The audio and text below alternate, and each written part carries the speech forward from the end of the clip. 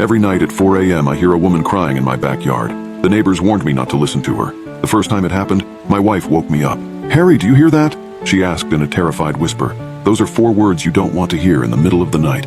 At first I tried to convince myself that there wasn't anything to worry about. I knew the siblings next door liked to make love from time to time, and I figured it was just one of them making all that noise. However, that quickly changed, and images of a home invasion raced through my mind. Shots fired, our children and my pregnant wife dead in their beds. But when I strained to listen, all I heard was the sound of someone crying. Man or woman, child or adult, I couldn't be sure. Only one thing I knew. It was coming from right under our window. "Is there someone out there?" Emily called from the bed. "I don't know." Despite the sound, when I squinted into the gray shadows, I couldn't see anyone. "I'm going to check," I said, heading for the door. "No, stay here, we'll call the police. I'll just take a look, I'll be fine, don't worry." I went downstairs armed with nothing more than a cell phone, but when I shined the light around through the windows, I didn't find anyone. The crying, however, continued. Now it sounded like it was coming from the forest surrounding our backyard, just past the tree line. And to me it sounded like a woman's cries, too restrained to be a child's and too soft and high-pitched to be a man's. I pulled open a window, cupped my hands and called out, "Hey, do you need help?" The crying sound stopped immediately, but she didn't reply. No other sounds came from the forest save for the wind rustling through the trees. "Hello?" I yelled. "Anyone out there?" A beat of silence. Then she started screaming, blood-curdling shrieks, over and over. No words, no cries for help, just screaming. That pushed me into action. I pulled out my phone and dialed 911. "There's a woman screaming in my backyard. I think she's hurt or in danger. She won't respond to me." The stairs creaked as my wife rushed down. "Did you call the police?" I nodded. "Oh my God, what the hell is going on out there?" She kept her hand protectively over her belly, as if to shield our unborn child from whatever horrors lay outside. My hand reached for the glass door. What if someone is killing her? Right now? Or what if she's being abducted and they'll both be gone by the time the police are here? Emily yanked me back. "No, you are not going out there." "But..." She pulled the door shut and locked it. "You could get killed." Thankfully, the police arrived a minute or two later. As they walked into the backyard, the screaming cut off suddenly. Their flashlights scanned through the trees as they searched, lighting the leaves in white. 20 minutes later, they came back empty-handed. "Probably what you heard was the foxes," the officer said. "They've got this crazy mating call that sounds just like a woman screaming. But I heard her crying." "Look it up online," he said with a smile.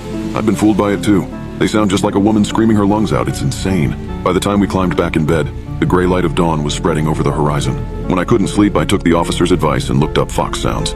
Apparently they do make a sound that sounds pretty similar to a woman screaming. Convincing myself that's all it was, I fell asleep, completely unaware that this was the only beginning of our worst nightmare. The following night it happened again, right at 4 a.m. on the dot. The soft crying coming from the forest. I called the police again. Yet again, they found nothing. They also warned me not to call them over the crying again unless things got worse. And so I didn't call them when it happened the next night. And the next. And the next. I chalked it up to the foxes even though they only made screaming sounds, not crying. I forced myself to fall back asleep every time. We invested in a heavy-duty white noise machine. Bought fans too for good measure. Turned everything up to full blast, and for about a week, we all slept like babies. Thankfully, the kids' rooms didn't face the backyard, so they never heard a thing. Then the night of August 24th happened. The night started out well. Emily and I got the kids to sleep early, and we cuddled in bed for a long time. Longer than we had in weeks. "Our little Ellie," I said, skimming my hand across her belly. Despite her being 5 months pregnant, there was barely a bump there. "Are you sure you're eating enough?" "I'm fine," she replied, pulling my hand into hers and giving it a squeeze. "I just don't want to gain so much weight like I did the last 2 times. You know I think you're beautiful at any weight, right?" I asked. "You don't need to do this for me." "I'm not." She smiled and closed her eyes. "I love you, Harry. I love you too." We fell asleep in each other's arms, only to be woken a few hours later by the crying. It was louder, much louder, so loud I could hear it over the white noise. As I tossed and turned my way out of a deep sleep and pulled myself out of bed, I realized why. It wasn't coming from the window. It was coming from our closet. I immediately shut off the white noise and got out of bed. "Who's there?" I yelled, my hand firmly on my phone, ready to dial 911. No response, just more halting sobs, shuddering breaths, soft sniffles. "What's going on?" Emily asked sleepily. "There's someone in the closet." I turned my phone's flashlight on. The light twinkled in the darkness, bouncing off the metal doorknob. "Emily, call the police," I said, advancing towards the door. I heard the soft sounds of the dial tone behind me, then Emily's hurried voice. "We're calling the police," I said. "Tell me who you are." More sobbing. I charged up to the door. I grasped the doorknob. With a deep breath, I twisted and pulled. A terrified woman looked up at me. It was Emily.